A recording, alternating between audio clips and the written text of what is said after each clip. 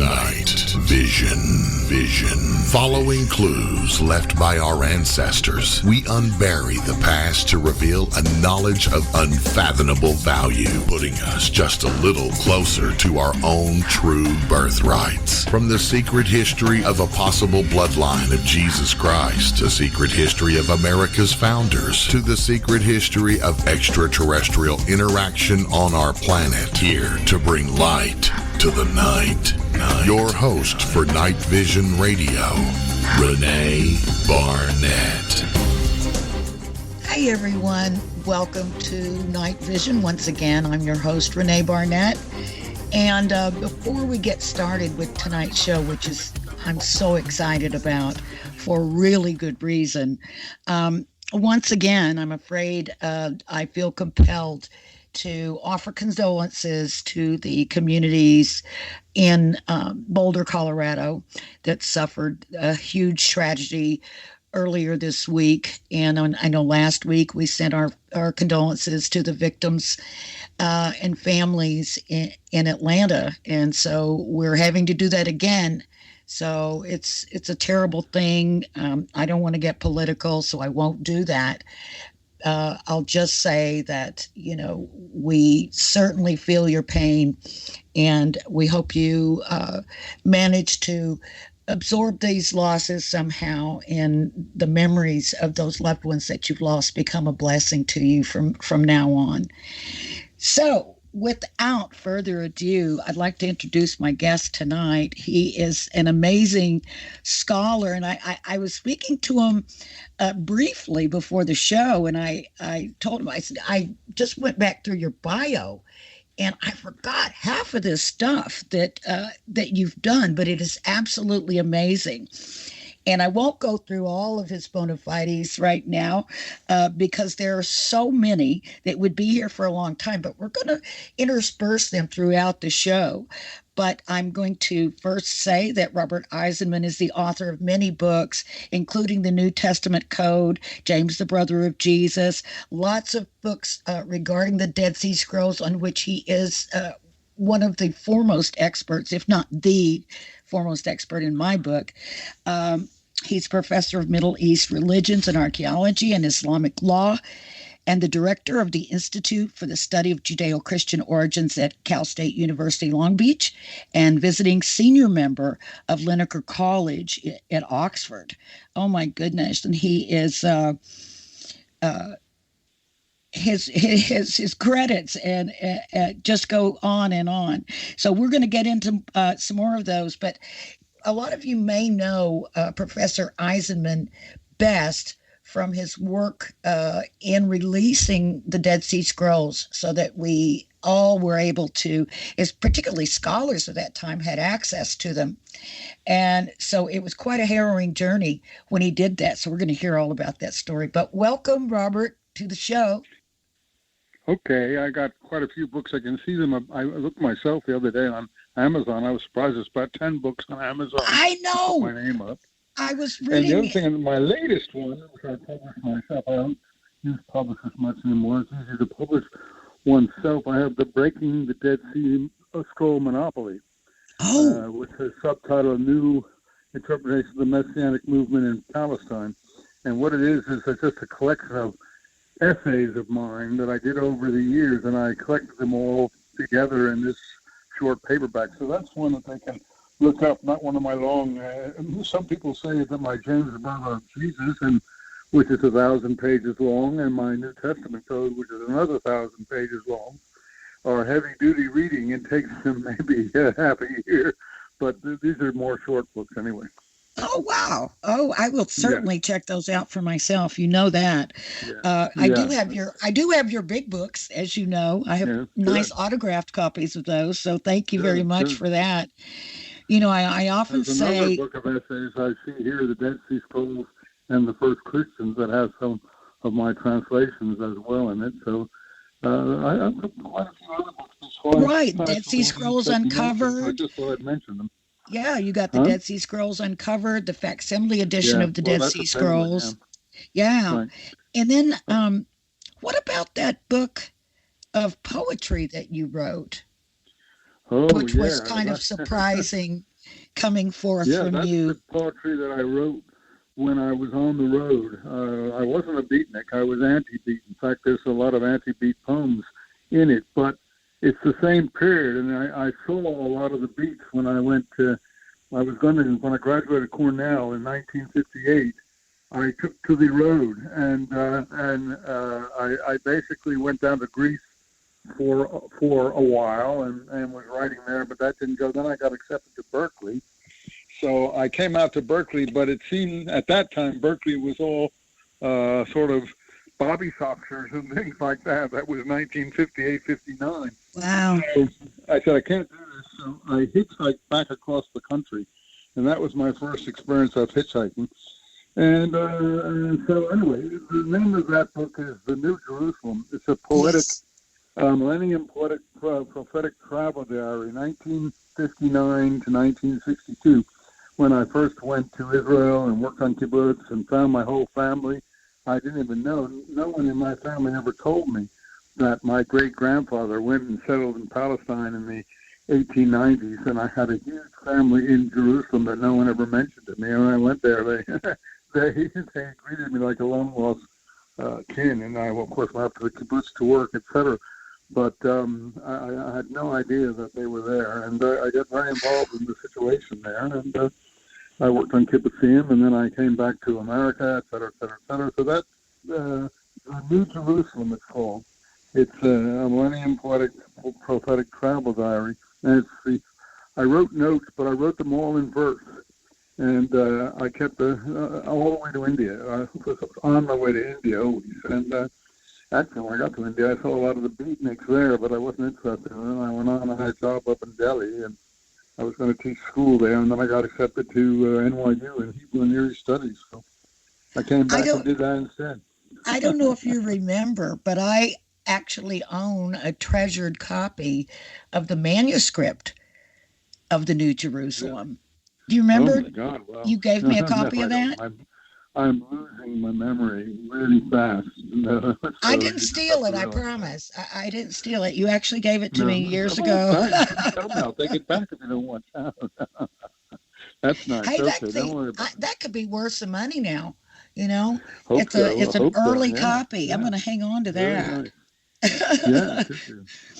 But so it's a mimeograph sort of copy, or it's a typewritten copy. Yeah, it's just a Xerox Photocopy, copy or something like photocopy. Xerox copy, right? Yeah, before I actually published the poems in a volume, right? Yeah. I still have that. Well, you have to look at the published version, see if it differs too much from the one you have. That's right. I might have an earlier version that it might have some secrets in it that got taken out. You know. Yeah.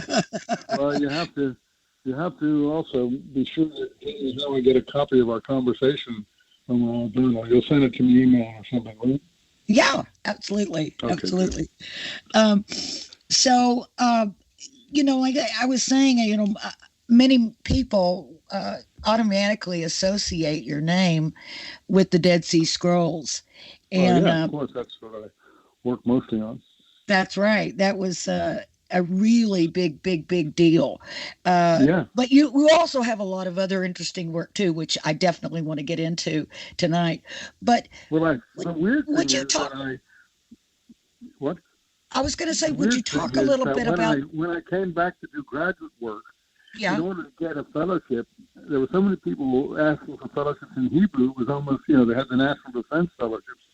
I applied in Arabic, and I ended up working at Columbia University with the foremost scholar in Islamic law, Joseph Schott, and I wrote my PhD thesis so I could go to Israel, Palestine, and do the research on Islamic law and mandate Palestine and modern Israel. So that was my PhD thesis. That's so wild. I published that too, and that's out in paperback as well. That is wild. It's wild. It really is. But I wanted to get fellowship, so I did. I got fellowship aid the whole way. I mean, it is interesting, that your I guess your specialties are all related to the Abrahamic religions, but it's interesting that you're an expert in early Christianity, of Islamic and Sharia law, then of course. I became an expert in early Christianity here at Cal State Long Beach, where I did my teaching. because everyone who was interested in the religion area was from a Christian background. And so I had to really prep up on that really, really well. I mean, they really weren't interested in Jewish history or the Dead Sea Scrolls or something like that. So I taught the New Testament. I learned about Paul and James. I created a course called Paul and James. Those are all on my website, roberteisenman.com or roberteisenman.com. You can get YouTubes of a lot of those courses on my website. Yeah, absolutely. I've been browsing through your website today. That is roberteisenman.com. So you guys might want to take a browse through while we're talking here, because we're going to be talking about, obviously, some of the things that are on the website. But when you, how was it that whole thing with the Dead Sea Scrolls originated for you, that you ended up being so instrumental? How did that bubble up for you? Well, it was a very odd thing. You see, in the first place, all the scholars, they weren't releasing all of the material. Right. And they were just releasing what they wanted. They were mostly sort of East Coast scholars. A few from out here, but I'm going to sneak. Okay. East Coast scholars from Harvard and Princeton and places like that. And they had a kind of not a very imaginative view of the Dead Sea Scrolls. And I taught the Dead Sea Scrolls out here every term, because we have to teach in the Cal State system 4 courses a term. They might teach 1 or 2 at Harvard, Princeton, Yale, or whatever. So, I had to fill my docket with interesting courses, Dead Sea Scrolls, New Testament, Paul and James, you name it. So it became clear to me as I was reading the scrolls over and over and over again in these courses, year in and year out, that they were missing the main gist of the scrolls, and they were missing. First, what they did was, the Essenes are first presented to us in any detail in Josephus, but Josephus only gives us basically one group of Essenes, a very pacifist, otherworldly, right. Not political sort of group, etc. Kind of hippies. And so the scholars were saying, this is who wrote the Dead Sea Scrolls, because they were supposed to be down near the Dead Sea and things like that, according to Josephus's descriptions. But if you read the scrolls, you see that the scrolls are nothing like the Essenes that Josephus is describing. So what became clear to me is, in reading early Christian history, I came across one of the early Christian church fathers. I hope I'm not talking too fast. It's okay? No, it's good. Okay. I came across one of the early Christian church fathers, Hippolytus, Hippollytus, and he catalogs 4 groups of Essenes, not the normative so-called first group that we know. And the 3rd and 4th group he calls Zealot Essenes and Sicarii Essenes. Now that's a total different kettle of fish, because the Sicarii were supposedly the knife people in Jerusalem, according to Josephus, who cut people's throats of a collaborating political persuasion, because the Romans were occupying the area and the Jews were basically involved in an uprising against Rome in part of this period. So these were real, what we would call terrorist Essenes, if you want to call them that. And so... At least fighting Essenes. Well, they're certainly fighting. Well, the point is, if you go to the Dead Sea Scrolls, one of the principal documents is a war scroll. The war of the sons of light against the sons of darkness, as scholars call it, from taking the gist of one of the lines. And it does outline a final apocalyptic war against all evil on the earth. Not the so-called Essenes. They're not Essenes. They're obviously Zealot Sicarii types, who are going to fight against all the peoples of the earth, including the Roman Empire. You say, well, how can they? At Qumran, the name of the place where these scrolls were basically found in some caves, but some of them found elsewhere too. But the name, so how could they think of themselves, maybe there are 2,000 or 3,000 people or something, fight a final apocalyptic war against all evil on the earth? And that's the whole point of the Dead Sea Scrolls documents.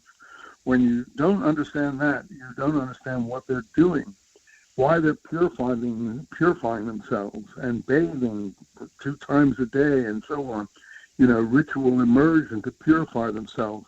Why? Why? Because their camps, as they call them, they don't just have one camp. Qumran would be one camp, but they have a plethora of camps, probably spreading out across northern Syria into northern Iraq, where some of these groups held out and ultimately went down to the Arabian Peninsula and influenced Muhammad. But anyway, to go back to them, they are bathing twice a day and following these ritual rules of purity and having no women and not involving themselves in sexual activities, et cetera. They're doing this so that their camps will be perfectly pure. That's what they say. Their camps will be perfectly pure. The scrolls are really interesting. Now, these are not bad things as we know. And why do they want, let me finish this one point. Sure. Why do they want their camps to be perfectly pure? Yes. Because they know they can't defeat the might of Rome by themselves. They want the holy angels, who they see as battle warlike angels, to join them in their camps and join them in their fight. And the way that the holy angels will come and fight with them in their camps is they have to be perfectly pure. Because if there's any, this is wildly, imaginative view of the world, if there's any impurity in their camps, the heavenly angels will not be able to go back up to heaven again. That is the most crazy thing. I've never seen it in anyone's books but my own, but it is the basis of the Dead Sea Scroll ideology, and no one who writes the normative books even knows it. So the way that the reason that they were purifying themselves so much is to be ready to fight, and to get the aid of the holy angels. Partly for daily life, but also to be ready for the final apocalyptic war. Yes. Wow. And were these? Crazy, huh? Were crazy, these? Huh? It is. It is. So, were they like camps of men, or was it villages? Were women there and children? Well, these camps. These camps were really sort of like. I have to go down and see what a place like Qumran looks like. They're sort of like stone concrete sort of bunker areas, which they have. So they're not in villages, You say, well, where are they getting the crops from? Well, I don't know. I think they had some areas that they raised grain and stuff. They were basically vegetarians, and they didn't eat. They were against meat and things like that. And they were against that kind of killing, but they weren't against the killing of impure human beings. No, they weren't against that. Wow. Yeah, and I guess they got to decide who was pure and impure. Nobody has that view of the scrolls. Nobody. And I told you the whole conclusion at the beginning. And, I mean, what other sort of surprises or at least revelations did you find once you were able to get your hands on most of the scrolls? Well, let me explain about getting our hands on most of the documents. You see, I was teaching this material down at Cal State Long Beach, and someone who was in my classes knew the head of the Huntington Library where the majority of the scrolls were stored, or the pictures anyway were stored. And he put me in touch with this gentleman, now passed away, who was the head of the Huntington Library Archive. And the Huntington Library is, I'm down near Los Angeles, South Long Beach, on the way to San Diego. That's up by Pasadena. Yeah. For your listeners. Yeah. And so he, I got friendly with him, and ultimately he gave me a photocopy of the whole corpus.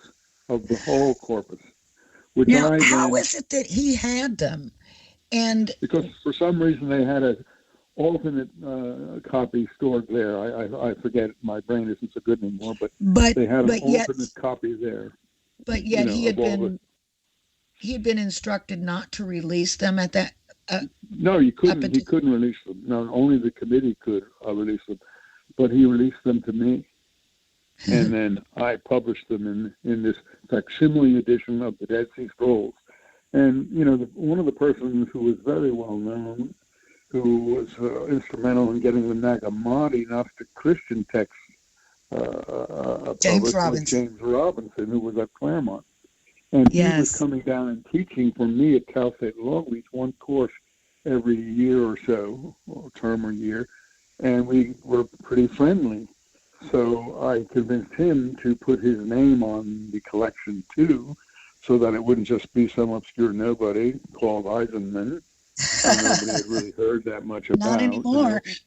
Well, maybe not. Anyway, so then it was Robinson and Eisenman, you see. Or Eisenman and Robinson, the facsimile edition of the Dead Sea Scrolls. And at that point, I was somewhat, because I'd had some articles published in the Biblical Archaeological Review. Herschel Shanks, he just passed away, of blessed memory, shall we say. In his magazine, I published a couple of articles, so I spoke to him, and he agreed to publish the whole thing when we had it collected. And so James and I got the whole thing collected and ready, and then Shanks went and published it. He got us involved in a lawsuit because before he did, he put something in the introduction that was a translation that an Israeli scholar had done, who had not given him permission to do that. So it involved us in a tremendous lawsuit in Israel over this, and finally it became clear that it was Shanks who did it, and we had nothing to do with it. We didn't even know it was going to be there. And all future editions of the facsimile editions did not have this in it. So we sort of fell out with Shanks over that a bit because it cost us some time and some money. But still, it's all described in some of my books, and your people can read about it, particularly this Breaking the Dead Sea Scroll Monopoly book has a lot of. Yeah, that sounds really good. I'm definitely going to get that one. So I got the Dead Sea Scrolls through the actual archive director of the scrolls up in the Huntington Library, and then we went from there. And so this broke the whole monopoly, and then it was possible to give my interpretation of the Dead Sea Scrolls, which didn't agree with Shanks or any of those people, because they were just had conventional views of what the scrolls were. But I gave my interpretation. And when I finally decided, and I subtitled my most recent book like that, A New Interpretation of the Messianic Movement in Palestine. Yeah. And what the scrolls are not Essenes of the normative kind. They're Messianic Essenes. They're Messianic. So that's where Christianity slowly develops from. But it is the very opposite of the Christianity we know, because they don't believe in turning the other cheek in the Pauline manner.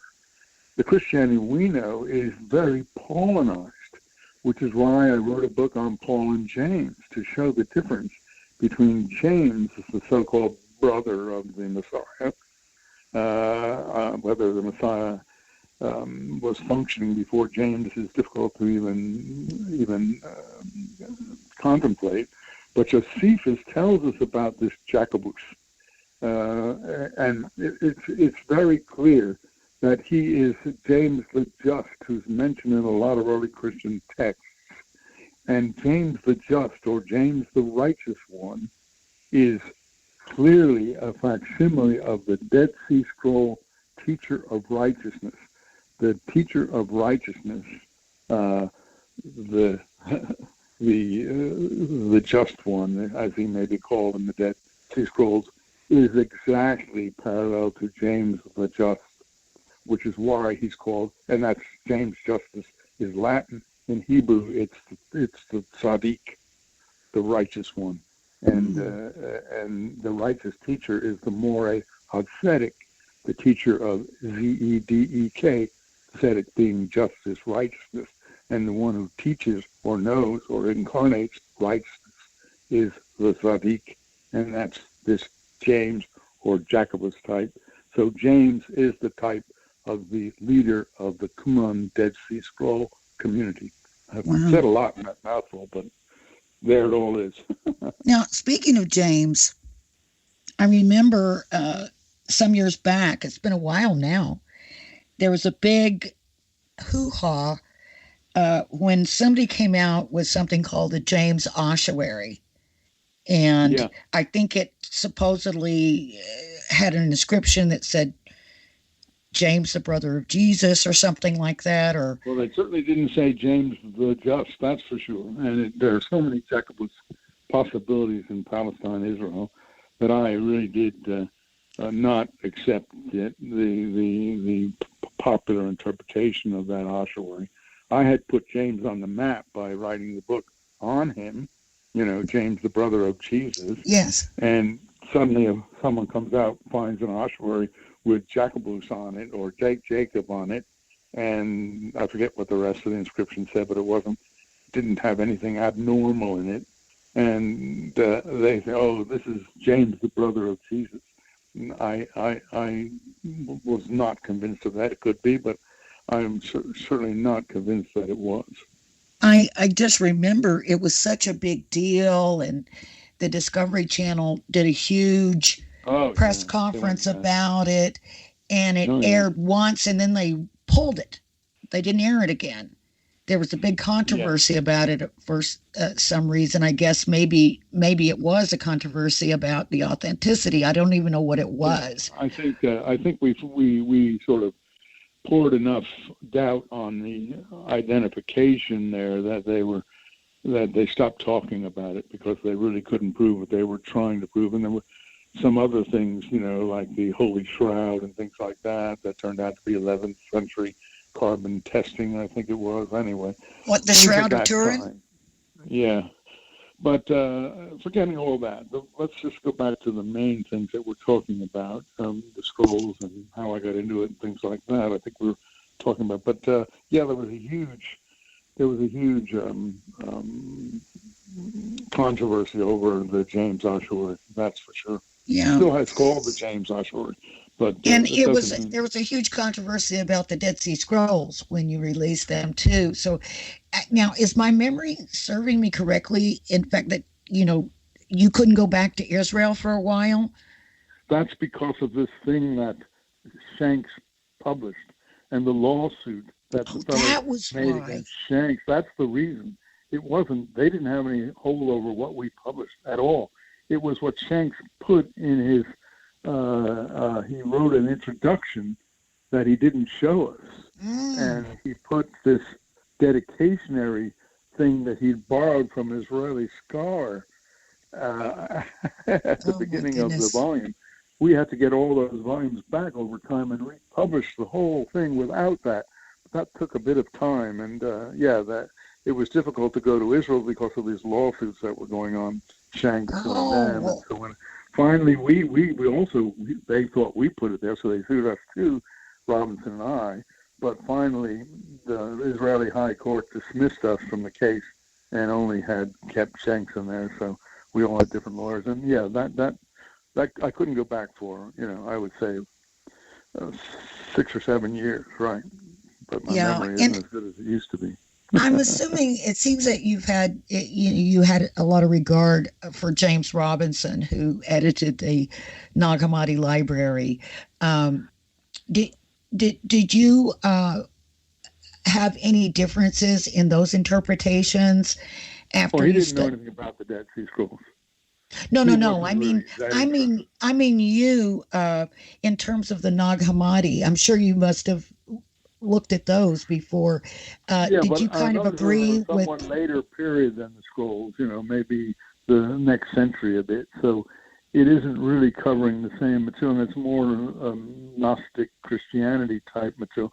The scrolls, right. The scrolls are not Christian as such, and you have to realize they are apocalyptic Messianic Judaism, but they're not Pharisee Judaism either. They're not Essene Judaism. And the weird thing is, people call them sometimes, I call them Messianic Sadducees. They are very interested. Sadducee comes from Tzaddik, Zadok, and so on. And the teacher is, they call him the Zadok, which is another version of the Tzaddik.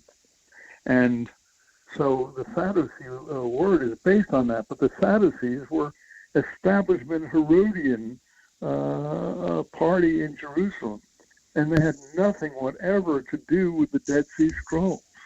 They were, the very opposite, and the scrolls are very much against the establishment Romanized Herodian rulers in Jerusalem, and that's what the apocalyptic war is all about. So the scrolls are much more purity-minded, and they're totally not collaborationists at all. Not collaborationists. They don't collaborate, and they don't say turn the other cheek or things of that kind. They don't do that at all. Just the opposite. It's so much more interesting, really, because it's a surprising view. Most people don't think about the Essenes in that way. No, because they've been told differently by the establishment scholars. That's the problem. And these are people at famous universities, not Cal State Podunkville, like Long Beach would appear to be. But the point is, Cal State Podunkville, Cal State Long Beach, enabled me to teach all these various courses. I have to keep going. And you know what California's like. And, when they say 4 courses a term, they mean it. And, these people didn't teach 8 courses a year. We taught 8 courses a year. So, you really have to get on top of this material. And that's what happened, Yeah. Now, I don't want to throw you off, but I know that your brother is a very accomplished architect, and one of his most well-known works is the Holocaust Museum in Berlin. But also, he did something at Compostela in Spain. Right, Santiago de Compostela. Right, Santiago de Compostela. Nice. Santiago is St. James. Well, that's what I'm asking. That's what I'm asking you. Who's in that? that? Before I got onto all this stuff, but it was nice that connection existed. That we could connect on that. He did that before. Yeah. Oh my gosh! Well, he was invited to do it, maybe not before, but completely separate from this material here. Nobody connected. That's those crazy. things at all. That's an odd coincidence there. Now, what about... As far as my brother goes, he's 5 years older than me. The reason I went to Cornell, I skipped my senior year in high school, is because you wanted some biographical materials, I'm giving it to you. Yeah. He went to Cornell. I hate to say it, I shouldn't on the phone here, because he couldn't get into Harvard or Yale, but Cornell had a very good architecture school, and he was always good at drawing and things. And they didn't have those things to the same degree as a state university like Cornell had them. And he, though he went up in arts and science, he switched over to architecture about his second year. I don't want to mistake, I don't get sued here or something. But, well into his first year, he got totally fascinated with the architecture department. And he, as you say, became a world-famous architecture. He taught at Cambridge and a lot of other places. So he set the sort of pathway for me. I had to go to Cornell and things of that kind. And the Santiago de Compostela is one thing, and the Holocaust Berlin and so. What was it that he designed regular designs? What was it that he did at Yale? He still teaches at Yale.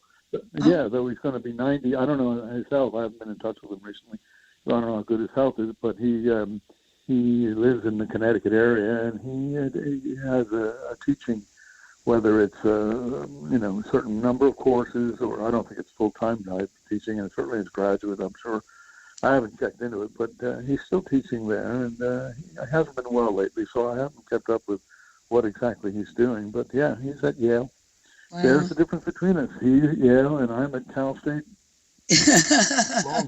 Well, Cal State and connected to Oxford, which gives you a certain gravitas there. That came because people got interested in my work at Oxford, and some of the conferences I went to. So I was invited to be a fellow at Linacre College, and I won several fellowship grants during my sabbaticals, and I took them at Oxford, etc.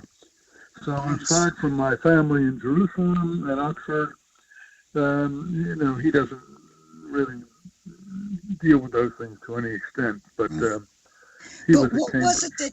what was it that he designed in Santiago de Compostela? Well, a visitor center. Oh, okay. There was the tomb there, and next to it, I don't think that he did anything with the church where the tomb is, but next to it, he did this very large welcoming center, if you want to call it that. So, yeah. And do you think that that's James in that tomb? It could be in this sense. When the Crusades took place, I think we know that James was buried in a church in Jerusalem. My memory isn't so good, so I can't give you the actual. He was actually buried. Josephus says he was buried outside of the city, sort of in the sort of wadi near the city. But probably at some point he was moved to a tomb in one of the churches when the Christians controlled Jerusalem before the Muslims. Then when the Crusaders came, they could have taken his ashes, bones, whatever was remaining, when they left the country and fled to Spain, or went back to Spain. That was my theory. They could have taken his bones or whatever existed back with them, because the Muslims were taking over the area and they were losing, certainly after the Third Crusade. And it could have ended up at Santiago de Compostela. Yes, it could have. Was that known to have happened with other burials where, they were moved to keep them safe? I mean, was that something that was being commonly done? I don't know how many famous people there would have been who had tombs. I mean, Jesus' tomb is, I think, in Jerusalem Fair is considered to be empty, but I don't know. I mean, I can't judge these things. I don't know when it got empty, or et cetera, et cetera. But James's tomb was in a church. Ultimately, they took it out of the valley that he was in, and they put it in this church. I wish I could remember the name of it, because my memory is so poor now, because I'm 85 myself, so I'm getting up there. My brother's coming on 90 this year. So, there weren't so many people that would have been known that they could take like that. James would have been one of the few. Just because he was an important person and probably just a regular individual, they wouldn't have. Well, maybe they took some of their family people back with them who were killed in the Crusades. That would have been. But, John the Baptist, as I recall, is buried across the Jordan in what's today Jordan, not Israel. And I don't know if anyone ever got his bones or anything, but he's the only other person I would think that they would be at all, conscious of in Palestine. So I don't think they took anyone else that I'm aware of like that. So I think they could have taken James for sure, but whether they did or not, I don't know. Right. Well, it is interesting that he had that, your brother had that connection to that same location. There was a commission, and I guess he won a competition. He and another chap won this competition, and then the other chap pulled out. And he got to design the whole thing himself. I think the other chap was called Colin Rowe or something. And my memory at least recalls that. Anyway, he got to design the whole thing himself. Although that may have been the whole Earth Memorial. I can't remember. That was also a competition.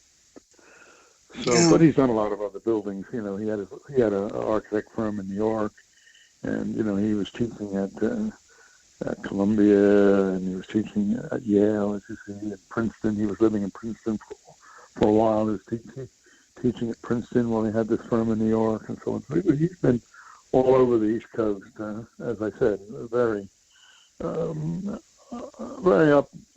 upmarket universities, not like I'm used to. But I'm the younger brother. Oh, he's the big brother. Yeah. But now, just recently, we've seen in the news some new discoveries of some fragments of texts coming out of that same area. and I guess people were calling them more of the Dead Sea Scrolls. But is that what they are? Well, I don't think so. The reason, I mean, you'll be able to find texts in caves that people hung out in a cave and had a favorite text or something, a few things with them in their carry-all, whatever they were carrying around. So the text that was found recently in this cave is south of Qumran, whereas it's really south of the settlement at Qumran, way, way south. I think, in fact, even past Masada, which is I'll talk about Masada presently, because that's very important, because there were Dead Sea Scrolls found at Masada. And if you know what Masada is in Hebrew Matzad, which means fortress. And it's this fortress built on this plateau along the Dead Sea, which maybe the Maccabeans started, but the Herodians took over and they finished it off. There's a Herodian palace there, if you've ever been there. And so there were some scroll fragments found up there. And it will be my theory that we can talk about later, that the people who survived the Roman siege or conquest or takeover of the Qumran area fled to Masada. And we know about those people because Josephus, the historian, tells us who they were. And it's a famous story, they committed suicide rather than surrender, but I'll get to that at a later period here. But the point is, the new documents you're talking about were found in a cave, and they're not even documents. I think it's only some fragments of a single document. So, I think there would have been, and they seem to be from a later period, not the pre-66 to 70 uprising against Rome period. The scrolls are from a lot of trouble with dating them, but I have shown that some of the most important scrolls are early 1st century or mid-1st century, not 2nd century BC that the establishment scholars are trying to put them as, but you'll have to read my books to get that down. But the point is that scroll or scrolls, I think it's just some fragments at the moment. I think it's only one manuscript as I got the impression from the Israeli reports. That could have been from a holdout from the Bar Kokhba uprising, which took place, the second Jewish uprising, in 132 to 136, that had nothing to do with the Dead Sea Scrolls, nothing whatever. Right. So I would think that is from a refugee from the Bar Kokhba uprising, after which the Romans really did occupy and destroy Jerusalem as we know it, that we've had to rebuild it ever since. But the point being that the people in that cave or caves, whatever they found these in, there's only one cave they found it in so far, but people are looking for others. But there's only one manuscript as far as I am aware, and I'm not an expert on it because I don't have all the data, but that is one manuscript, just a sort of holdout, might have had a favorite document with him, and when he died or was killed, there's some bones found in that cave too. That rested there with whatever else was there and deteriorated. But that's not the Dead Sea Scrolls, not by any means, no. It's not a unique.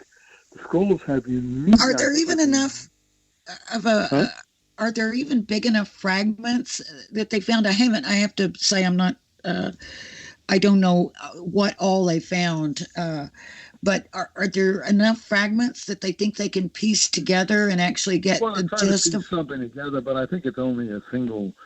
I don't think it's much of a manuscript, frankly. They're making a big deal of it because they found. Could be a grocery list or something. No. It's a biblical document, but the scrolls have original documents. The scrolls there's something like 600 different scrolls have been identified. And they have all the biblical books of the Bible, except what's his name? The last book I can't remember. It doesn't matter. But the point is, they have a lot of original documents. And the amazing thing about the scrolls are the original documents that they have. They have interpretations of prophecy documents, what they call Pesharim. And then they have the Damascus document called that because it starts off with the land of Damascus, where they're talking about being exiled to the land of Damascus. So they have community rule. They have all these original documents that were able, some of them being in good jars. There were about, 11 or so caves. Some of them being in good jars were preserved very well. The whole documents were preserved.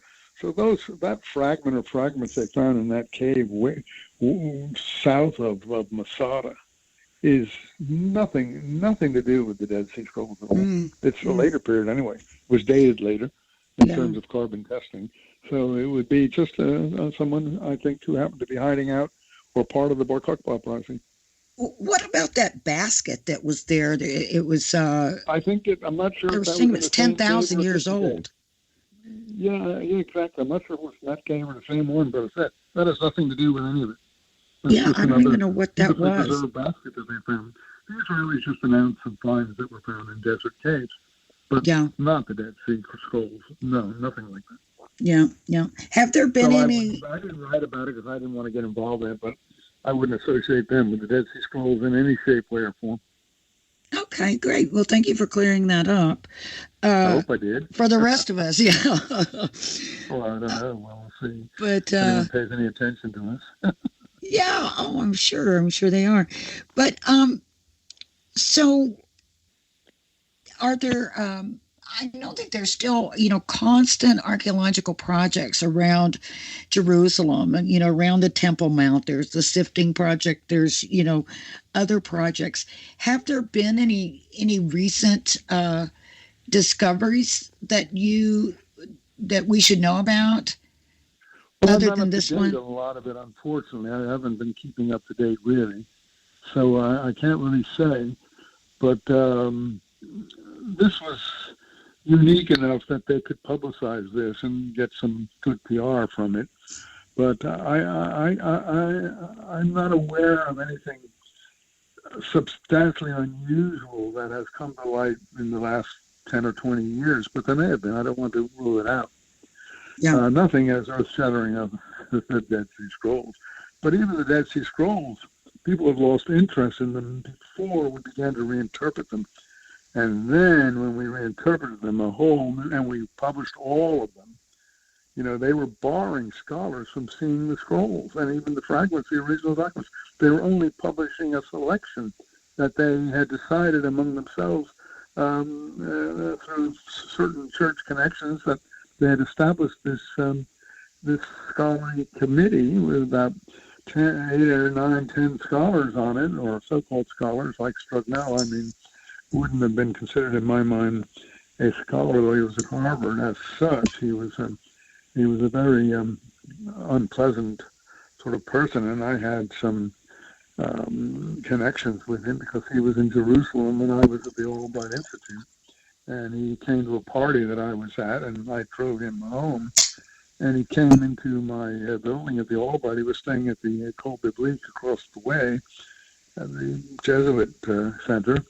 And he fell down in the garden of the Albright. I had to pick him up and take him. He was so intoxicated. Oh. And, when he called I can't remember what it was he called the Jews, but very negative things. Oh, my gosh. So I wouldn't consider him an appropriate person to have on the Qumran Publishing Committee as such. So I don't call them all scholars. Some of them were, some of them maybe weren't as good as others. But when they were selecting what documents to release, and they only released a very small number. What would have been the purpose of them, cherry picking things? Is it because it gave such a different view than the standard view of the Essenes, or what was it? No, I think they were just, I don't want to say this, but you're asking me very embarrassing things, Renee, but that's my job. I don't want to use the word ignorance, but because they're, very well published scholars and well thought of, so I don't know what word to apply to them, but they were not sophisticated, I'll say, as far as the scrolls were concerned. So they just released a few that were in good condition that they found in jars, and a few others like the Habakkuk Pesher, the interpretation of the prophet Habakkuk, which was 2 or 3 of the present of the chapters that we know, which is a revolutionary document, and I also republished it myself in my collection of Dead Sea Scrolls, the Dead Sea Scrolls Uncovered, which is a book that I translated and retranslated some of their translations. Some of their translations were a little bit, they didn't get to the edgy part of the material to the extent that they might have. So but I you think that was just, a lack of knowledge of the I think it scrolls was mostly, rather than mostly a big conspiracy? No, I don't think it was a conspiracy. So later on, when they saw that the scrolls were being interpreted differently, they began to, not speak complimentary about the ones who were like myself and others who were interpreting them in a different manner. And so then you could use that word. I don't want to use that word. You could use that word if you wanted to, but it was just scholarly competition, if you want to call it that. But anyway, I think that's why I published my own translation of the principal scrolls. And frankly, I think I did a better job than they did. That's just my ego speaking here. But you don't have an ego. You're getting me to say these things which I wouldn't ordinarily say, Renee. I guess it's not something I should be saying, but there you are. Well, hey, I want the plain truth, so that's fine. Well, I can only give you, there is no plain truth. There's only truth from one's point of view, and that's the truth from my point of view. Yeah, exactly. Yep. That's it. Yeah. But yeah, well, I guess I'd prefer to think that it was somehow lack of knowledge rather than that they were conspiring to keep it from the people, No, it was mostly lack of sophistication, I would say. Later on, as I say, when we published the whole corpus, then things got a little bit unpleasant, shall we say. And there may have been some attempts then to try to either heap scorn or to not deal with certain documents that were fairly revolutionary. That's so crazy. I mean, but we see that competition in every field, it seems like, certainly when it comes to new discoveries and things like that in archaeology and documents and things like that. We always see a lot of competition instead of just, making things available to everyone. Then we see these people fighting over, provenance and all this. But it's that way in every field. Every field I've ever witnessed, it's just that way. But certainly that way in the in the field of research around Southwest France and the Rennes-le-Chateau region, which I am going to hopefully twist your arm next hour about. I don't think I'm a great expert on that, but well, no, I just want to know about your trip over there. I want to refresh my memory about what you did. Refresh mine too. The ground penetrating radar and how you ended up in Rennes-le-Chateau in the first place. So, and I think because of Michael Bagent. Michael Bagent got interested in my work, and he became a good friend of mine. And they had written this book, Holy Blood, Holy Grail. He and his friend Richard, whatever his name is in my brain. Richard Lee and Henry Lincoln, yeah. Hey, Richard Lee, Leigh, right? Richard Lee, Henry Lincoln. And they had put a lot of energy into the Rennes-le-Chateau situation. So that's how that occurred.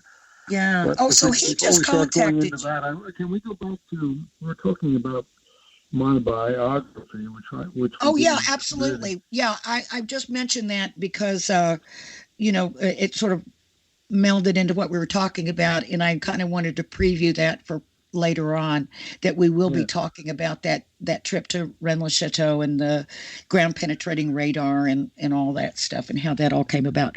But yeah, as a matter of fact, we're going to be taking a break in just a quick moment, and and we'll be gone for just, I think we... What time is it? Oh, it's getting on to 8 o'clock. Okay. Yeah. We've already got the first hour knocked out pretty well. Well, I'm not sure we got enough to cover in a second, but we can do it. Oh, we do. I got lots of questions for you, and you've got so much more. Are you kidding me? Like I was saying, I was reminding myself of your accomplishments, and I was just going like, oh my gosh, I forgot about that. And some of them I think I didn't even know. So we're going to get back into that. You'll joggle my mind, but I don't want to get too deep into the REM show, because it really isn't my cup of tea or no, you don't have to opine on anything. I just want my field of expertise. I just want to strictly. Even though I brought the ground penetrating radar person there because we were using him in the Qumran expeditions we were doing. So I brought him over to the Ren situation, but I can't even remember the results or what we found or anything like that, Renee. Because we won't get into it. My memory has evaporated. All right, we won't tax it too much, okay. But we got to take a quick break now. Then. And when we come back, more with Professor Robert Eisenman. I'm staying on the phone, right? Yes, you are. Please. Okay.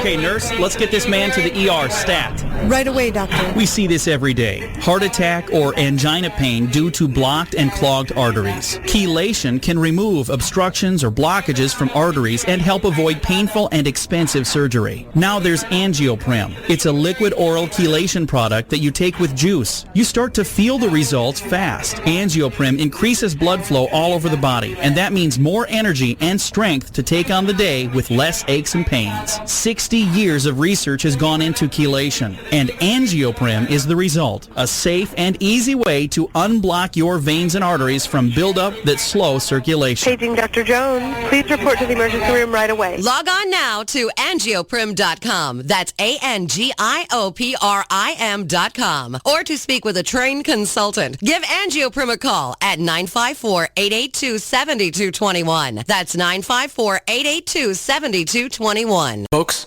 this is very important information. What's to be said about CBD?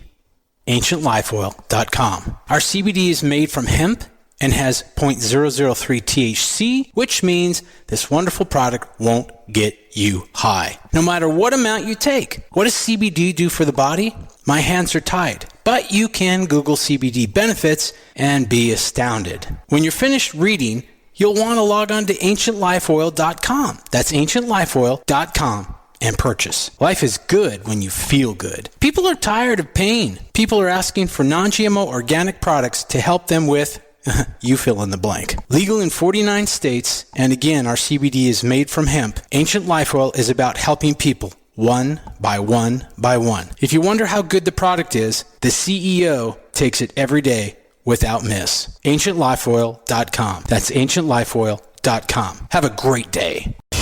Welcome to the new KGRA digital broadcasting website, thekgradb.com. Here you'll find great new content, including the KGRA Classics, great shows from our archives. You'll be able to see the show times and information so you can see what show is currently on air. The on-air live button. So just go to this section and you'll be able to hear the show live with exceptional sound quality. We also have the Vault section. Make sure to subscribe to get access to great content and special features. We have the make content for our latest news and events, so make sure to sign up and you can be part of our forum. So make sure to check out the new KGRA digital broadcasting website, thekgradb.com. We look forward to seeing you there, and we hope that you enjoy the new website. We are the contact for alternative research topics. The Planet, KGRARadio.com.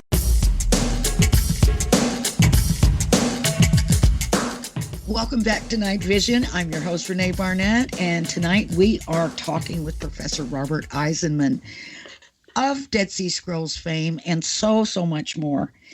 Yeah, I was going to bug him a little bit about his trip to Southwest France, but I won't belabor it too much. So we'll get into that a little bit later after we talk about some more of the professor's accomplishments. But I know that people are anxious to hear from him on Rennes Chateau. So we will discuss his trip over there. And as he mentioned earlier, he was a good friend of Michael Bagent. And that's actually how I met you, Professor, is I was working and good friends with Michael Bagent. And we met at the Sportsman's Lodge in Studio City, probably about 15 years ago, maybe. And I know it was before. The which lodge? You see, your memory is so much better than mine. The which lodge? It was at the Sportsman's Lodge in Studio City on Ventura Boulevard. We ate dinner there.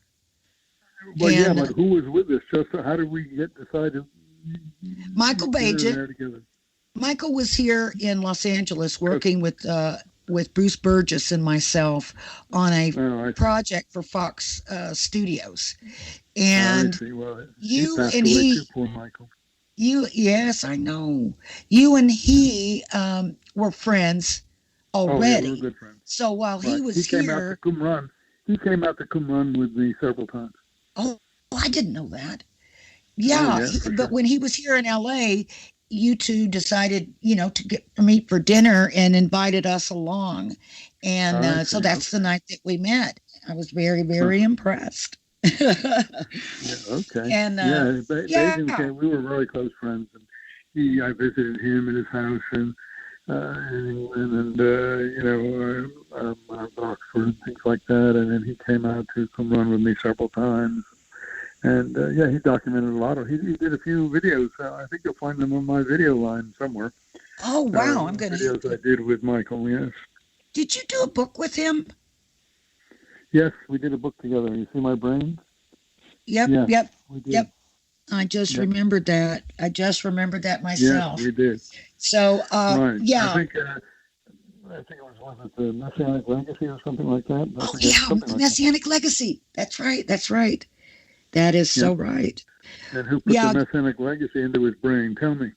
Was that maybe? Probably. I guess probably. I can only guess. The Messianic movement in Palestine. You see, I don't see the scrolls as Sadducees. Going back to the scrolls, they're not SE. What they are, which is I have put it that they are Messianic Sadducees. And the literature is the literature of the Messianic movement in Palestine before it got Paulinized and went overseas and was pacified and turned into a pro-Roman cult. You see, it turned into Rome, but that's not what is in the scrolls. The scrolls are a nationalistic, apocalyptic, Judaic, holy war corpus, And no one understands that. It's crazy. So, yeah. It is. How do we get on that again? I don't know, but that is really interesting, and it's always good to revisit things. Messianic Legacy, because I had already subtitled the scrolls as the Messianic movement in Palestine. People forget how messianic the scrolls actually are. The war scroll is messianic, and the Sons of Light are a messianic ideology. When you say messianic, I mean, it sort of brings to mind Christianity. No, well, it's not the Christianity which you know. So is it? It would have been an opposition Christianity or a precursor. It's not a Christian. It's not Christian because there was no Christ. It's a Palestinian thing. So there's no Greco-Latin words yet. Christ is a Greco-Latin word. It's all this is Hebraic, and of course it's kosher food, and it's absolutely totally kosherized. But they don't eat. Even most of them are vegetarians. James was a vegetarian, and they didn't even eat meat. And as I said, they were preparing for a final apocalyptic war against all evil on the earth, including the evil in Palestine and in Rome. And they were waiting for the heavenly host to join their camps, and they had multiple camps, not just the one where the scrolls were found. And all this is. I wonder if the heavenly Michael got onto all of that. Therefore, he broke away from Henry and Richard. Yeah, and did this book with me, Wow. And I think he also had me in one of their books, as I recall. I can't remember. I forget what, because my brain isn't good. I wouldn't be a bit surprised. Yeah. Would not be a bit surprised. I can't remember it all, but poor Michael passed away, and that was a very sad thing for me, because he was probably my closest friend. Oh, I didn't realize that. I knew you were good friends. It was sad. I mean, he was definitely too young, for sure. And he had a real rough time those last few years of his life, He was in a sad situation. Yeah. But, it was very sad, very, very sad. And he loved the work that I had done. And he wanted to be connected and involved with that, which is why we did that book together. Yeah.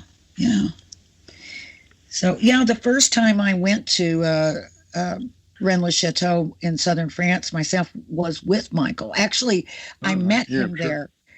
He was living in Mallorca, I guess, at the time. And he flew up to Nice, and I flew over to Nice. And Bruce met us there, and then we all drove back across to, to the Aude region, and that was my very first time being there. And so we, took the tour. It was really fun going through the village of Rennes-le-Château with Michael, because I went through it with him too. So it caused a buzz. I don't have any memory of it though. My memory is gone, not like yours. Yeah, mine's certainly not what it used to be. That's for sure. But some of the mine things has just gone in the last 2 or 3 years. I think it's because of some of the medicines I've been taking that actually wipe out. Well, memory. That can definitely have an effect. I've heard a lot of people, and I've read a lot of things on that. Certainly, you got to check those meds and see what some of the side effects are, because a lot of times it will affect things like memory. Well, that's true, but it's already gone, so I can't worry about it at the moment. Maybe it'll come back. I remember you. But Michael was also. You see. That's right. Where was he living, Bruce? Bruce was in. At that time, he was in London. Yeah, I thought so. Yeah, and he lived in L.A. for a couple of years though when we were working. He lived out here for a while. Okay. And then he moved back. He's back in London now. He clicked that well because I wasn't that close to him. Michael and I were. No, I think you and Bruce butted heads a little bit, but. I can't remember. Your memory's better. I'll tell you about it off the air. No, it wasn't bad. Okay. It wasn't bad at all.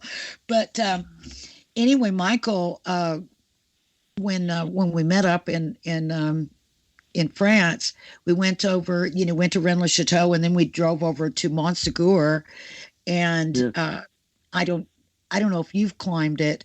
I've been up to Montségur. Well, I had no plan to climb it whatsoever, and we got over there. I thought we were just going over to look, and Michael jumped out of the car, and he starts, he bounded over, and started up the hill, and I'm going, wait a minute, we're not going to climb it. And he goes, oh yes we are. And I said, what if I have a heart attack? He said, you won't. And I mean, I was too embarrassed to not do it. But oh my gosh, I huffed and I puffed all the way up. I think it's like 3/4 of a mile, almost straight up. And I was like feeling really proud of myself when I got like half, 3/4 of the way up. And then these ladies, because at the time, I mean, this was, 15 years ago. I was a lot younger than, or 20 years ago, I guess it was. And these ladies that were in their 80s, were coming down, and they were been up there. Huh? They were going, oh, courage, allez-vous. And I was like, oh my gosh, I'm so embarrassed because I'm just red-faced, huffing and puffing. And these ladies, have 30 years on me. Right. But I don't think I would dare try it again. But it was wonderful. It was wonderful. And it was great being there with Michael. and Yeah, well, and Michael having was that pretty big anyway. experience to He was remember. a lovely gentleman, a fine Yeah. human being. You As know, I said, he was my best friend. So wow, that is really you amazing. didn't You know know what? that, I know okay? you were also fairly good friends with the mayor, the old mayor, Mayor Yeah, we were Wheeler. right. Yeah, Michael. Yeah, I was very good friends with him. Yeah, Yeah, yeah. the old man. I got. See, now you've reminded me of him. It's all gone out of my head. Have See, I you? see you're more into the Rainbow Chateau thing than the scrolls. So go ahead, carry on. Oh, see how you do. Okay, no, we'll go back. We'll go back to the No, that's all scrolls. I'm right sorry. there. What was the man's name? I can't remember his name. I'm so bad. The mayor, it was Yeah. Jean-Francois Wheelier. William, yeah, that's right, William, right. Wheelier. Euler. Yeah, he was quite a character. He Is was. he? He was Are a you great still guy. in touch with him by any chance? I think he passed away, but I can't remember. Oh, I didn't know that. Oh, I think so, but I may be wrong. he may have. Don't quote me. Don't Okay, quote me. no, You can look no, it up we and won't see. put out any bad news. Yeah, So, but he was a back, great guy, yes. yeah, back We to got you on were. great. He and I got on great. He was great, but he was kind of scary. Don't remember. Yeah. Well, I'll tell you off the air, but you gave me All a right, warning tell me off about the him air. one time. Let's go back to our subject. This is not really where I'm comfortable, as I told you, being. So let's go back to where we were Okay. throwing some important light. You can do this material on your own with others. Yeah, Yes, well, because you know so I much do about want it. to, if you wouldn't mind a bit later, talking just a little bit about the survey of the Tour Magdala and of the church at Rennes Chateau. Also, and if you don't want to get into it that much, I do want to refer people. Well, let's who are talk about listening. it. Let's talk about it now, so we get it. No, I'll wait. I'll wait till later. Okay. I was going to say that there is information about that on your website, roberteisenman.com. So if you listeners want to get more information, and there's also photographs, including photographs of the, results of the ground penetrating radar, which clearly shows some anomaly. I'm not sure what in both places, both Right. Well, underneath. see, your memory is clicking way much faster than mine. I have a second website people can look at, roberteisenman.com, which has a lot of videos on that one, too. So there are two websites, and roberteisenman.com or roberteisenman.com. Oh, I did not know that. You'll find a lot of videos on the second one, too. I was able to load up more on the second one, I think, as I recall. Oh, wow. Yeah. So it's not the same material. That's fabulous. No, it's not the same at all. No. Oh, There's wonderful. a lot of extra material on that. Good. Yeah, so I would suggest to the listeners to go to both of those sites. Oh, absolutely. They both have a lot of links to videos and things. And also, all your books are on that site. You got a great. Yeah. Ooh, there's a lot of them. There are a lot of books. Yeah. My goodness. You should put the Messianic Legacy on there. Well, I don't know if I have or haven't, but one of my students was an expert at doing that kind of thing. So while I was close to him, it all got done. And when when he moved on to graduate school and other places, it all stopped being done. So I never did that stuff myself, and I have to get people to, get those websites, and I don't have a lot of good connections for that, so I haven't put everything up. But I thought the Messianic, I guess we didn't put that up. No, you sure didn't. No, I guess not. But now, in your, I'm assuming that in your accomplishments, probably the one that sticks out the most to you is probably the same one that sticks out to everybody else, and that's your instrumental part, your very, very key part in releasing the Dead Sea Scrolls. But you also did a book as we've talked about earlier on, James, the brother of Jesus. And you talk about, as you did earlier, that he is probably James the Just, the teacher of righteousness. Oh, for sure. And he is parallel character to the teacher of righteousness. I think he is, because that they associate the word righteous with his name makes one feel that the teacher at Qumran, a lot of this has to do with dating. The establishment scholars have all dated the scrolls usually a century earlier than they are. That is the unique scrolls. I mean, the biblical scrolls could be early as the 2nd century BC, but the unique scrolls about the actual historical events, usually they're what are called the Pesharim, or even the War Scroll. These are 1st century. And so, this has become really confused. It has to do with the dating. And, you have so much information, or there seems to be so much more information, really, about James than what we're able to really find about Jesus. Well, look, put it this way. I put James on the table. No one was even talking about him. And in the maybe late 80s, but mostly early 90s, I put him on the table. And now no one ever speaks without mentioning him. And, that's right. I'm not sure I get much. I'm not sure I get much credit for it, but I put it on the table. And where did I learn it? In my classes, teaching at Cal State, like I told you, because we had to teach so much, and because I realized that the Paul view and the Paul's letters were the total antithesis of the Dead Sea Scrolls. Whereas he was, all the food on the butcher tables is clean and things like that in his Galatians or whatever. I mean, Paul is a totally Romanized, pro-Roman, which I was trying to show.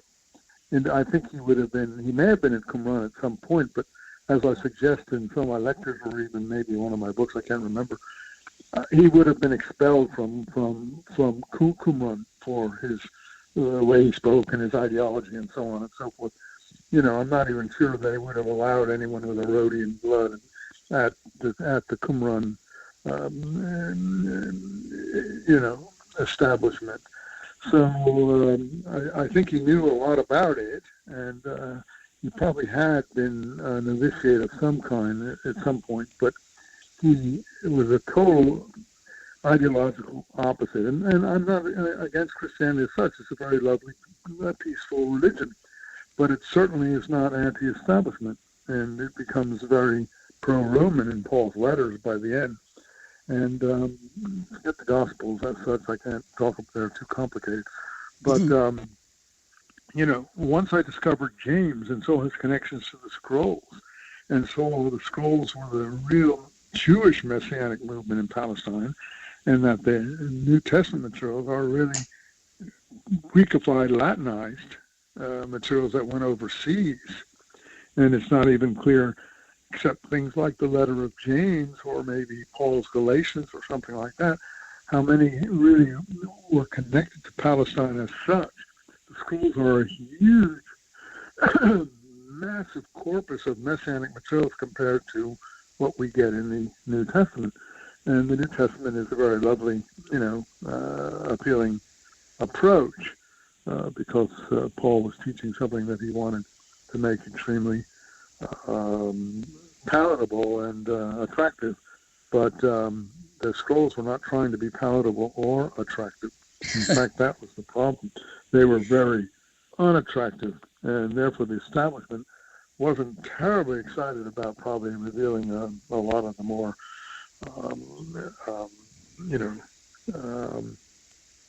intense scrolls. Like there's, for instance, one that says, "Hate the sons of the pit." Hate the sons of the pit. You don't get anything like that in Christianity, talking about hate and things of that. So, I could quote passage after passage, but as I said, things have begun to not be so readily accessible as they used to be in my mind. But in talking about the Christian New Testament, of course, it's all based on the idea that Jesus was the Messiah and the divinity of Jesus. But it seems to me that there's... But the idea of a divine man, etc., that's very Greco-Roman, you see. That's nothing. Right. There's nothing like that in the scroll literature. There's nothing Palestinian like that. So even at that point, everything has been highly Hellenized in the sense of more like Greek legend, in the sense that all the Greek heroes were sons of God, and things like that, Right. The scrolls are mostly sons of light and sons of darkness. That's a different kind of thing. Yeah. And so you have But to what I'm understand getting that. at Most is... of that is overseas. Yeah, go ahead. What I'm getting at is that, we've got, this information about James, thanks to you, and Paul, very much establishing them as a, living, breathing individual at one time. There seems to be less such information about the person called Jesus. No, there isn't anything except what they have created. The point of the matter is you have to realize that we don't have anything about James either, except if you know the book of Acts, which really is two different books. It's a third-person narrative, which is the first 16 chapters of such, and suddenly it turns into a first-person we narrative, which that's where James really appears there, where he has a dispute with Paul by the time of Acts 20:21, and he sends Paul into the temple to show that there's no rumors, that there's no truth to the rumors we've been hearing, that you've been preaching against the temple, against the sacrifice, and against the people, which Paul has been doing. And that then becomes actually historical material in the second part of Acts. Now, most people don't even know there is a second part of Acts, so how are you going to tell them these things, right? You may not even be that familiar with it. So, you have to start from scratch with most people. And when you start picking up the James, how do we know Paul and James didn't get on? Just read the second part of Acts and you'll know. Mm-hmm. Yeah. And, have you seen any evidence that Jesus was a person? And if he was he called Jesus? Was he... because, you've got the book, Greek, James, the brother of Jesus. That's already been Grecified, Hellenized, as you know. Yep. The name in Palestine would have been Jacob. No, Joshua, pardon me. James is Jacob. So Joshua, and then Grecified into Yeshua, and then Jesus. But in Hebrew, it's Yehoshua. Not as handy a title for preaching or proselytizing. So I can't speak about the historical Jesus. That's something beyond my ability to get into. But I say at the end of James, who and whatever James was, so was Jesus. Mm. So I say at the end of my James book, once you found the historical James, you found the historical Jesus.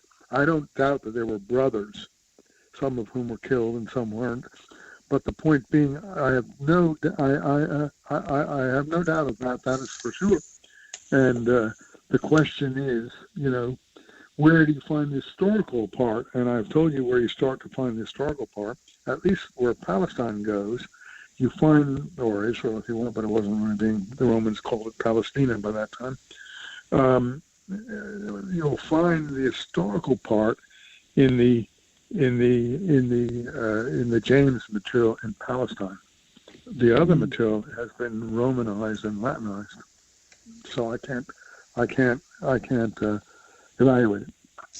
Yeah, it seems almost like if you're not a linguist, you're at a severe disadvantage at getting to the heart of the real original story. Fortunately, we have people like you to do that. Just like you, or my lectures are even better than my reading, just so you can say things in lectures that you don't really put well in writing. Just like you have to read the whole book of Acts to get to the last part and see that it isn't the same as the first part.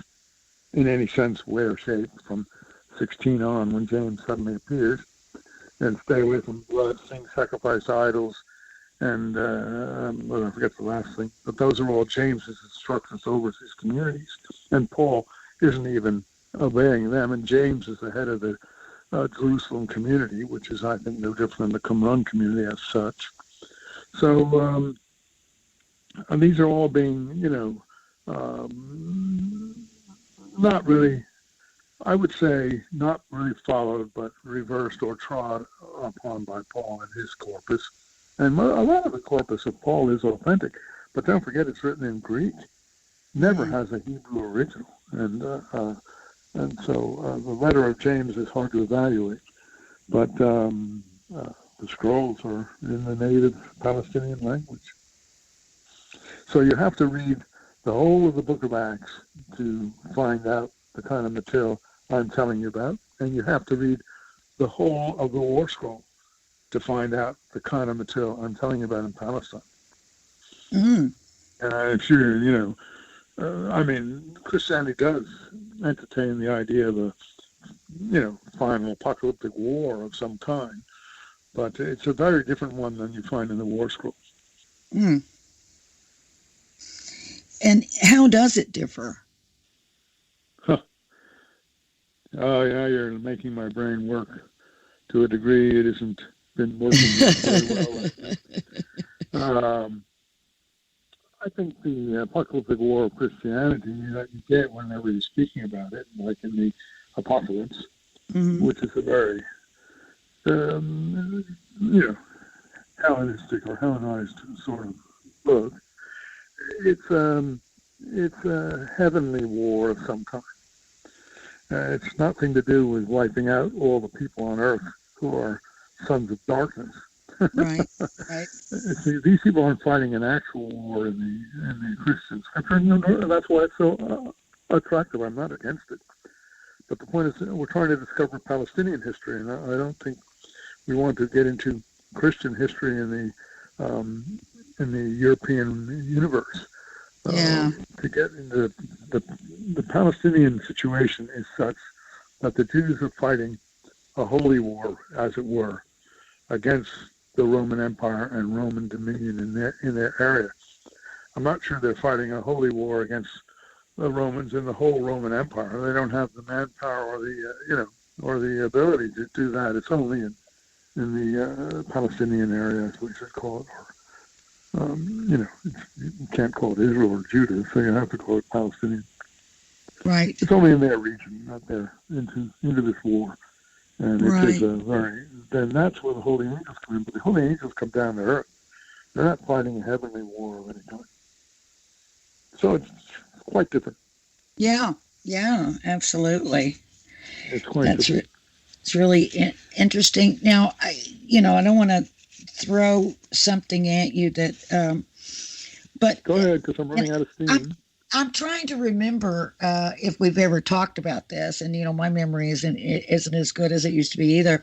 But the, I know you're an expert in early Christianity, and so where was Jesus? I mean, what was his position pre the Council of Nicaea in 326 A.D.?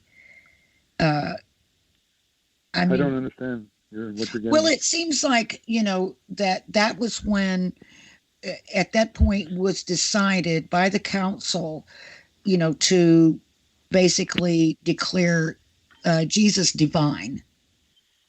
And how did they? I don't know. I'm not au courant on that area of early Christian history as you are, it seems. So I can't even. I may have known it at one point, but I'm not really relating to that in the Palestinian framework. Right. I just wondered, what people, was there a person that was walking around that people were commenting about and talking about, or was it a confection? Well, no, what you had in the Jewish war in Palestine, and they were fighting among themselves. I mean, you had the Zealots fighting the Pharisees and so on. The Pharisees were basically collaborators with Rome and so on. and also, I think it was James was taken down to Caesarea at some point, wasn't he? And the rest of it, I can't remember. Anyway, or was it Jesus? Anyway, the point being, or Paul, someone of them, that's where the Roman governors were at that stage. My brain is not good on those things anymore. But the point is that you're dealing with, as I've tried to repeat, a Roman overlordship in this area, and the scrolls are focused on that situation completely, on changing that totally. And you have a war not only among, with foreigners, but among the Jews themselves. You have let's be honest, Rabbinic Judaism comes from Phariseeism. Rabbinic Judaism is not this apocalyptic sort of Judaism you get in the scrolls. And I don't want to get over the top on that. I'll get people angry at me. But it's, it has survived, and it has done well by having the people survive as such. So it has done a good job on that. But, in terms of metaphysics or ideology, it's more Pharisaic than the scrolls, which are apocalyptic. Yeah. What is there more to be discovered in the Dead Sea Scrolls, or have you completely satisfied yourself that you're aware of everything that's in them? I don't know about everything, but the point is we have enough to make a good assessment, to put it that way. Even if more were discovered, I don't think they would differ in ideology or substance. We're talking about not the biblical copies that were made at Qumran, but the original documents that were discovered and fragments of which exist. So I don't think ideologically, that's where you find the ideology, they would differ to any extent from what we already have. You found 5, 10, even 15 more documents. Probably half of them would be biblical facsimiles anyway. And then 1 or 2 might be fragments of original Qumran writings, original documents that appertain to the group who were living where we said. And I was explaining something about the proximity of the scrolls to Masada, which I think I should cover before we get too far away from the subject.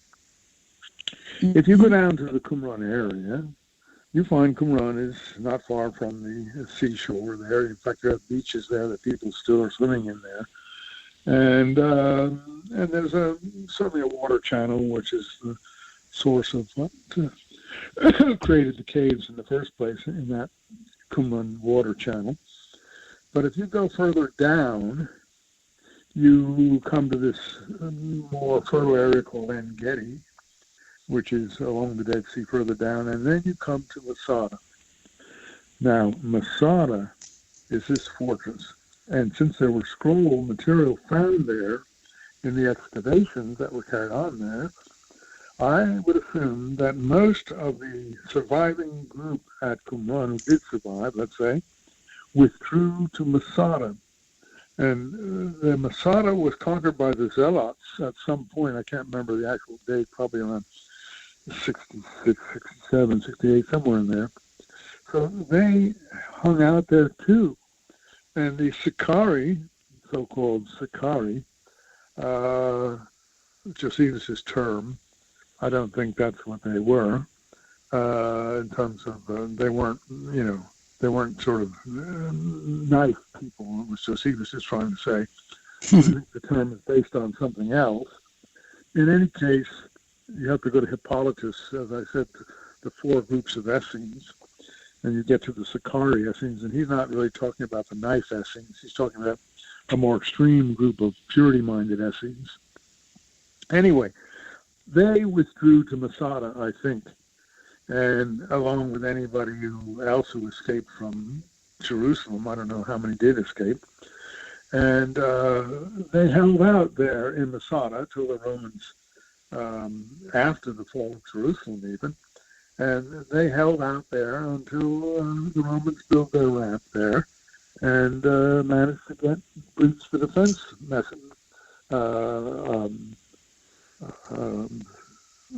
establishment at Masada. Now, unless people have been to Masada, they wouldn't visualize it well, but it is a fortress on a sort of what we would call a butte in the wilderness next to the Dead Sea, and it had walls and all this sort of thing, and the Romans had to use prisoners and so on to build a ramp up. It took them 2 or 3 years to do that. So these people were able to hold out there, and then as Josephus describes it, when the Romans did breach the walls and the defenses, they were all ready, and they committed suicide. They committed mass suicide. That is, they probably had 10 people that killed all the others, and then 2 that killed the 10, and then the other killed each other and killed. So they all committed mass suicide. The Romans took no prisoners at Masada, maybe in the environs, but not from Masada itself. So everyone at Qumran who had survived perished, and anyone else who joined them there. But I think mainly the Qumran sectaries had withdrawn to Masada. I'm sorry, you think what was that last thing? Sectaries. You think that they did what? Had withdrawn to Masada. Oh, they withdrew to Masada. Right. And then Masada is further 3 miles, about 15 miles south of Qumran. And they left everything where the Romans were able to destroy everything, except the material in the caves. And they withdrew down, the ones who survived the Roman onslaught, withdrew to Masada. And they survived there until the ramp situation 3 years later, 3 years after Jerusalem fell in the area around the Dead Sea, where Qumran was, probably fell under Roman occupation. So, as I said, I had this stuff much clearer, and it's much clearer in my books. But they would have been among the people who committed suicide at Masada.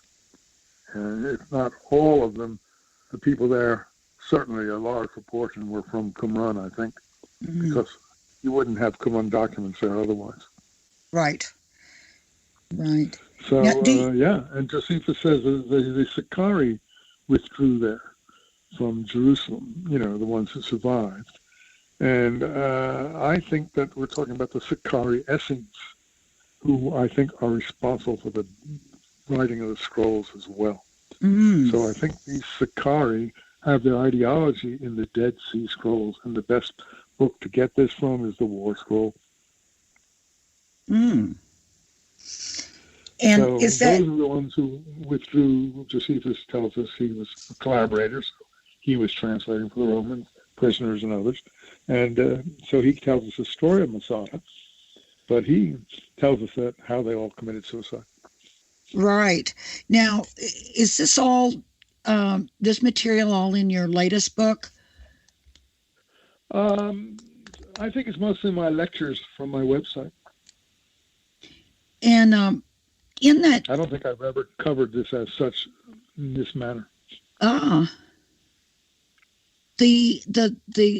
I don't like to hypothesize about things that I'm not sure of. Right. And all this is hypothetical, so I can't be sure of any of it. I can't even be sure that, these are mostly the Qumran sectarians who were down in Masada and so on, but I assume that that's the case.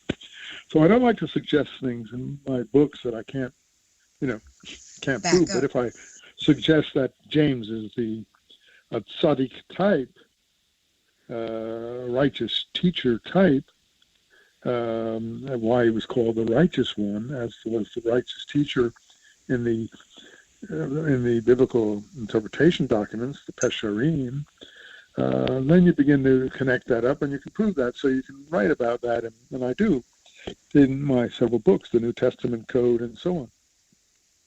In the New Testament Code, I unraveled how the New Testament is being constructed out of this material, etc., which is why I call it the New Testament Code. But that's another 1,000 pages, unfortunately. I don't know how I managed to produce all this material. But now I see you have a second edition of the New Testament Code. I think I have the first one. What is the difference? My memory escapes me. Maybe just they did a paperback. Maybe I don't remember. Oh, maybe. And then what about the New Testament Code Companion Edition? Well, that has the footnotes. Were never included in the actual volume. They didn't have. The publishers didn't have room for it. So the companion edition has the footnotes. Oh, I see. Oh, that's good. Plus, the footnotes are on my. Someone called me the other day about that. Are on my Robert Eisenman website, roberteisman.com. You can download them from my website. Oh, okay. Some good footnotes are there because the actual companion volume is not in print anymore, so you can't buy it. But it's just the footnotes. So I have the footnotes on my website, so you can get them there. If you do want to buy the books, do you buy them on the website or do you just go to Amazon? What's the best way for you? On the website, I don't have them for sale. On the website, you can download the footnotes free. But I think there's no best way for me. Whatever is still in print, then that's where to go. And Amazon is easy. Yeah, Amazon's a good, easy way to get books. They have all my books. I just didn't know I didn't know if you sold them through your website as well. And sometimes people. No, I don't do anything like that. I don't do that. Prefer that. Yeah, that's a lot of trouble. So anyway, we were talking about, how the Qumran sectaries, or whatever you want to call them, ended up on Masada and committing suicide, and no one survived, which is why how did they commit suicide? I didn't ask them. You just, but that's what happened. No, they didn't commit suicide. They killed each other. They killed each other. Yeah. Yes, I think that Josephus describes, I think he says 10 men or something like that. I can't remember. And you'll have to read Josephus about Masada. But the point is, I think they had 10 men, and then the 10 men dealt with each other. Mm. Probably they either stabbed each other in the gut or cut each other's throats, or I don't know how. I don't know, but they committed suicide. And I recently saw some material about women and children, and I don't remember women and children being on Masada, so I can't speak to that issue, but I saw a TV documentary talking about, and I don't think there were any. I think this was all the male community. There were no women and children at Qumran. They didn't believe in having them anyway, and they didn't believe in having them there. Mm. Yeah, it sounds like a pretty rough place. Yeah, a rough As place. As a matter of fact. And a nasty place. I mean, these are people preparing for a final war. You can't have women and children around preparing for a final war. I mean, a real war, not a heavenly war. Yeah, absolutely. Which is different from the New Testament approach to things. Mm. And you were asking about Jesus being the Son of God and so on. These are like the Greek gods, and I can't comment on how that idea developed, etc. I don't think you see any indication of it in the scrolls. There are some allusions maybe to being like that kind of person, but they never had any indication of anyone being like that kind of person. The closest you have are sons of light, that you are an illuminated person and a perfectly righteous person. The tzaddikim, they're all tzaddikim, and even Rabbinic Judaism doesn't have these ideas to the extent that the Dead Sea Scrolls do, which I think the Dead Sea Scrolls are unique. They're very exciting, very inspiring, and very moving. And, people say, what's my religion? I say, I'm Dead Sea Scroll Jew. I wanted to go back to my biography bit, which you were asking me about, so I would like to go into that a little bit if I could. Please. See, I followed my brother to Cornell, and I started off, I was terribly excited about Einstein and people like that. So they had a special course at Cornell for us, very special people, very small group of very, high-flying sort of, people with a high IQ type. And it was called engineering physics. They didn't have engineering physics at most schools. And I got into engineering physics there. And they had Dale Corson, who was one of the people who worked on the hydrogen bomb and stuff like that, worked with, Hans Beta there, who, again, was one of the people who worked on that material with the people who are known for that. Anyway, I found that, I was staying in that a year and a half, and I found that extremely dull. And I discovered, through other electives, philosophy. And I soon, by the time I was at the end of my sophomore year, I switched over to philosophy. And I didn't want to be in engineering at Cornell because it was 5 years, and I didn't want to stay there 5 years. And then I took a trip to Europe in my junior year, and then when I graduated Cornell, I had already started writing by my sophomore, junior year. I was writing novels. I was captivated by James Joyce. And, I loved his book, Portrait of the Artist as a Young Man. That really moved me. And I was trying to write similar things on my own. I'm still actually compiling that book, which I hope to get done before I kick the bucket, which is about, I have 1,000 pages of that done too, which I was writing all this time. So anyway, I graduated Cornell, and then I hit the road. And I wanted to go to Greece, because I was terribly enthralled by Greco literature. And I got to Greece. Someone told me to go to the Isle of Hydra. So I went to Hydra, and I met some lovely people there, including Leonard Cohen's Marianne and her husband, who was separated from her. But Leonard Cohen hadn't even come near the place yet. He came 2 years after I left. And it was a real lovely little community of people there. Anyway, in the meantime, after being on the road doing these things, going to Paris and Hydra and stuff, I got accepted to Berkeley. So I came all the way back to America, went all the way to California. And I told you at the beginning that I got to Berkeley, and it was very Bobby Soxer culture. It hadn't changed. San Francisco is known because of the beatnik explosion there. So I was, taken by the whole scenario there. Anyway, I was online to register in Berkeley, and something gripped me. I just couldn't deal with it, and I ripped my cards up online of registration. I was going to take a couple summer courses to get everything ready for the literature course I was going to follow there, comparative literature, I think it was. And I ripped up my cards online, and I picked up my backpack or whatever I had in San Francisco, and I hitchhiked back across the country. And all that is in that novel that I've written. And I'm going to get it all together because that's where I started. And it's in the poetry book, too. So I went back to Europe. And, and that's when I went to Paris, got involved in the Paris scene. It was really exciting, left bank and so on. It was a very nice bohemian scene there, not beatnik, bohemian, and much different than beatnik. And then, there were no beatniks, we all had contempt for beatniks. And then I went to Israel because I ran out of money. Some people had told me about the kibbutzes, and I went to Israel, and that's where I met my whole family. And that was like how did that come about when you got there? I don't know. How did you My father knew about it, but he never told any of us about it because my mother, he was from Russian Jewish background and she was from German Jewish background. And he was like not ashamed of it, but he was, it upset him to think that he had any family in Israel.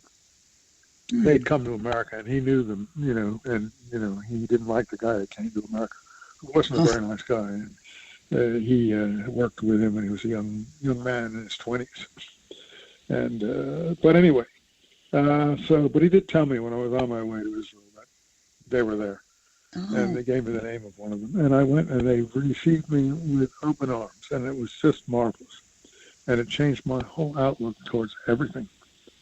And so that changed everything. And I worked on the kibbutz for a while. I was still on my way to India. I wanted to get to India. That was always in the back of my mind. I guess it was passing to India ideology. But anyway, so then I forget what happened, but I guess it was Kennedy's campaign. I got involved in that, and I came back to America, worked on Oh, that. that's right. You worked on the JFK campaign.